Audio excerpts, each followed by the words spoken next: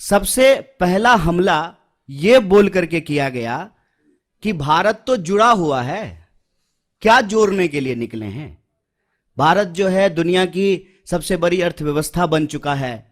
मोदी जी के नेतृत्व में हम लोग जो है दोबारा विश्व गुरु बन चुके हैं। भारत लगातार जो है विकास कर रहा है। तो ऐसी कौन सी जरूरत आन पड़ी है कि आपको भारत जोड़ने की जरूरत है। आप लोगों ने यह सवाल कहीं ना कहीं सुना होगा, देखा होगा, आपके व्हाट्सएप पे आया होगा, आपने जो है अपने टीवी चैनल पे जो है बीजेपी जब बोलती है इसको तो इसको चलाया होगा।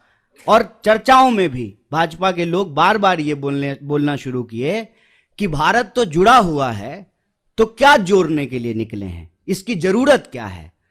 तो मैं एक काउंटर सवाल आज उनका जो ये हमला था उसका करना चाहता हूं कि भारत जब जुड़ा हुआ है और भारत जोड़ो यात्रा की कोई प्रासंगिकता ही नहीं है आपके नजर में, तो आप इसकी चर्चा क्यों कर रहे हैं। हेल्थ मिनिस्टर इतना इंपॉर्टेंट पोस्ट होता है, उनको क्या जरूरत है इंक बर्बाद करने की, पेपर बर्बाद करने की, भारत जोड़ो यात्रा को लेकर के लेटर लिखने की। जिसकी जरूरत ही नहीं है उनके नजर में, उसकी चर्चा वो क्यों कर रहे हैं। पहला प्रश्न उनसे पूछा जाना चाहिए। हम ये समझते हैं कि देश जुड़ा हुआ है जमीनी तौर पर, भौगोलिक तौर पर, देश जुड़ा रहे भावनात्मक तौर पर भी, क्योंकि देश हमेशा देश के लोगों से बनता है। लोगों को हटा करके कोई देश नहीं होता है। देश के लिए लोग भी जरूरी होते हैं, जमीन भी जरूरी होती है, और देश की संप्रभुता, उसकी आजादी भी जरूरी होती है। हमारे पास संप्रभुता है और उसी संप्रभुता के आधार पर जो है हम अपनी सीमाओं को लेकर के, सुरक्षा को लेकर के सरकार से सवाल पूछते हैं कि हमारी संप्रभुता अक्षुण्ण रहे। देश हमारा जमीन से जुड़ा हुआ है, लेकिन देश के लोग भी जुड़े रहे ना। जब इस देश के लोगों को उनके पहचान के आधार पर बांटा जाता है, उनके अंदर भेदभाव पैदा किया जाता है, एक के खिलाफ जब दूसरे को खड़ा किया जाता है, तो देशवासियों को आपस में तोड़ने की कोशिश की जाती है। और देश अगर भावनात्मक रूप से नहीं जुड़ा रहेगा तो आप जमीन से भी बहुत देर तक जोड़ के नहीं रख पाएंगे।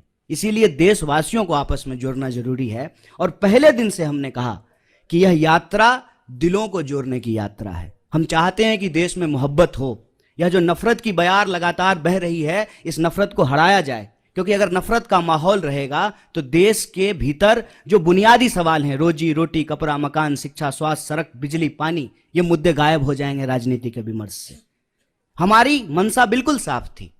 तो जो लोग ये पूछ रहे थे उनको ये समझना था, ये सवाल खुद से पूछना था कि क्या जब इस देश में भर्ती घोटाला होता है, भर्तियां नहीं होती हैं, जब किसी इंसान के साथ सरेआम मारपीट होती है, महिलाओं के साथ बलात्कार होता है, तो आपकी भावना नहीं टूटती है, नौजवानों के सपने नहीं टूटते हैं। उसी भावनाओं को जोड़ने के लिए, उसी सपने को जोड़ने के लिए यात्रा है। तो पहला हमला उन्होंने ये किया कि भारत जोड़ो यात्रा की जरूरत क्या है। दूसरा हमला जब यात्रा शुरू हुई तब उन्होंने दूसरा हमला किया, और यह बड़े शर्म की बात है और बड़ी सोचने की बात है। हमारे बीच में भी मेंबर ऑफ पार्लियामेंट बैठे हुए हैं, इलेक्टेड रिप्रेजेंटेटिव्स हैं। इलेक्टेड रिप्रेजेंटेटिव की एक जिम्मेवारी होती है कि वो जब भी बोलें तो सोच समझ करके बोलें, ताकि हम भी उनको फॉलो करें, हम भी उनसे सीखें।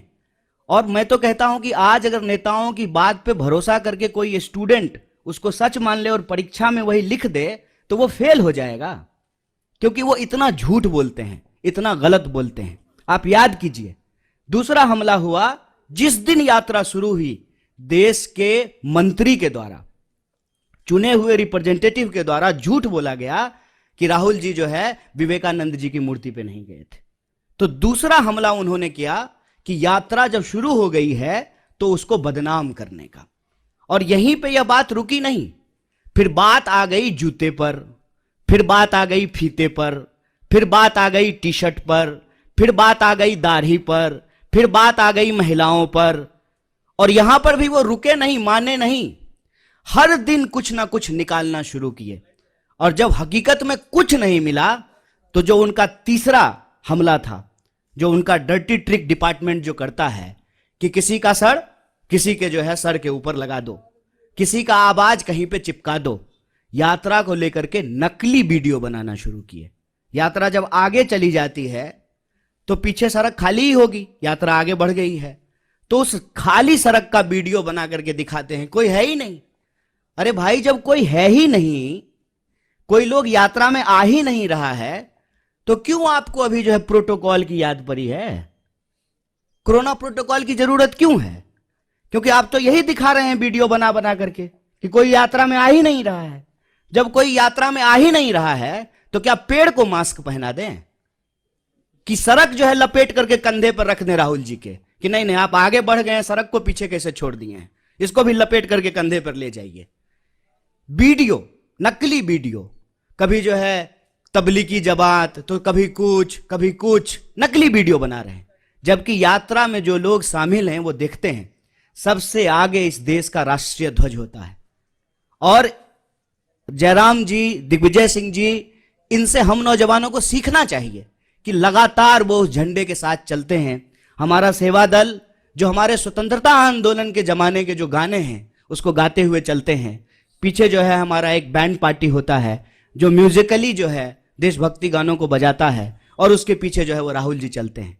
तब जो है इस यात्रा के ऊपर जो है देशद्रोह जैसे कालिख लगाने की कोशिश करना, गलत वीडियो बना करके इसको बदनाम करना, ये इनका तीसरा हमला है। और चौथा हमला आप सब लोगों ने देखा होगा कि राहुल जी गुरुद्वारा जाते हैं तब भाजपा ठीक रहती है, राहुल जी जब चर्च जाते हैं तब भी बीजेपी को कोई दिक्कत नहीं है, राहुल जी जब मजार पे जाएं, मस्जिद पे जाएं तब भी भाजपा को कोई प्रॉब्लम नहीं है। मंदिर में जाते ही ऐसा लगता है जैसे भाजपा वालों को कोई जमाल गोटा खिला दिया हो, अचानक से दस्त होना शुरू हो जाता है। क्या प्रॉब्लम है आपको? इस देश का नागरिक, इस देश का व्यक्ति, इस देश के किसी भी धार्मिक संस्थान पर जाने के लिए स्वतंत्र है। आपका कोई जो है पेटेंट है क्या कि सिर्फ आप ही जाएंगे? और नियम, कायदे, कानून, ओम का चादर सीधा है, ओम का चादर उल्टा है, और ये वो लोग बोल रहे हैं जो गुफा में चश्मा लगा करके ध्यान करते हैं। ये जो चल रहा है इससे मैं बस एक अर्थ निकालता हूं कि इन्होंने बहुत कोशिश की कि इस यात्रा को इग्नोर किया जाए। इनसे इग्नोर नहीं हो पा रहा है। बहुत प्रयास किया, बहुत समझाया अपने कार्यकर्ताओं को कि यात्रा गुजर जाए, बिल्कुल खिड़की दरवाजा बंद कर लेना। इंसान की अपनी भी इच्छा होती है, इंसान की अपनी भी बुद्धि होती है। लोग खिड़की दरवाजा बंद कर लिए लेकिन छत पे चले गए भाजपा ऑफिस के और वहां से जो है यात्रा को हेलो हाय करना शुरू कर दिया। क्या करेंगे? क्योंकि यह यात्रा जिन सवालों को लेकर के चल रही है ना, वो कांग्रेस के सवाल नहीं है, वो देश के सवाल हैं।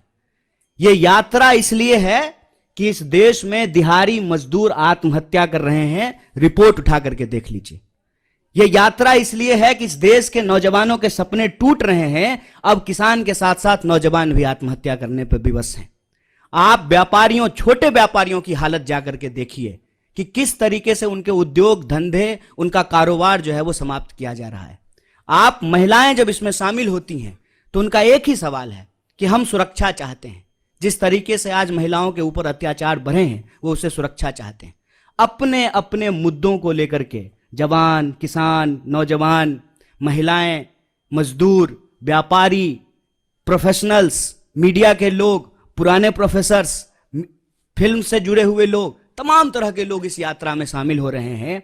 और जो दल की सीमा है, उस दल की सीमा से परे जाकर के यह यात्रा देश की यात्रा बन चुकी है।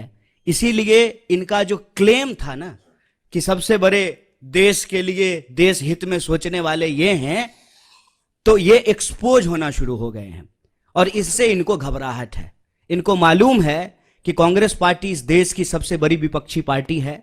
इस पार्टी ने इस देश को आजादी दिलाई है और आजादी के ऊपर जो आंच आई है उसको लेकर के डट करके कांग्रेस सड़कों पे उतर गई है, खड़ी हो गई है। तो अब इनको चिंता सताने लगी है, इसीलिए अब नया बहाना आया है। कोई समझाए इन प्रचंड मूर्खों को, कोरोना बहाना नहीं, बीमारी है। ये ऐसा नहीं है कि स्कूल जाने का मन नहीं है तो बच्चा नहीं करता है, मम्मी दांत में दर्द हो रहा है। ये बहाना नहीं है, ये बीमारी है। और इस बीमारी को लेकर के राहुल जी इस देश के पहले नेता हैं जो सरकार को सबसे पहले चिट्ठी लिखे थे। और ये वो लोग सवाल पूछ रहे हैं। मुझे तो कभी लगता है कि कुछ स्पेशल रिलेशन है बीजेपी का कोरोना से। उसकी रैली में नहीं जाता है, दूसरी की रैली में चला जाता है।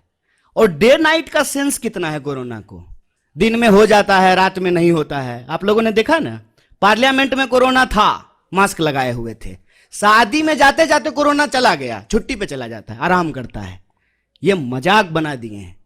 हम बार बार कह रहे हैं, शुरू से लेकर के आज तक कोरोना को लेकर के हमारी पार्टी गंभीर है। और जो साइंटिफिक प्रोटोकॉल होगा वो सबके लिए होगा। ऐसा तो नहीं है कि बीजेपी के लिए नहीं होगा और कांग्रेस के लिए होगा। ऐसा तो नहीं है कि दूसरे आयोजन होंगे, ये आयोजन नहीं होगा, वो सबके लिए होगा। तो उस पे जो है हम उसको फॉलो करेंगे, जैसे पहले फॉलो किया था। और जनता के सवाल को लेकर के जो ये यात्रा है, रोजी रोटी, कपड़ा, मकान, शिक्षा, स्वास्थ्य, सड़क, बिजली, पानी के जो सवाल हैं, ये यात्रा भी चलेगी। इनको जितना दम लगाना है लगा लें। ये इग्नोर करके देख लिए, बदनाम करके देख लिए, मंदिर क्यों जाते हैं, मस्जिद क्यों जाते हैं, टी शर्ट कौन सा पहन लिया है, ओम का चादर सीधा है कि उल्टा है, इन्होंने सब कुछ कर लिया।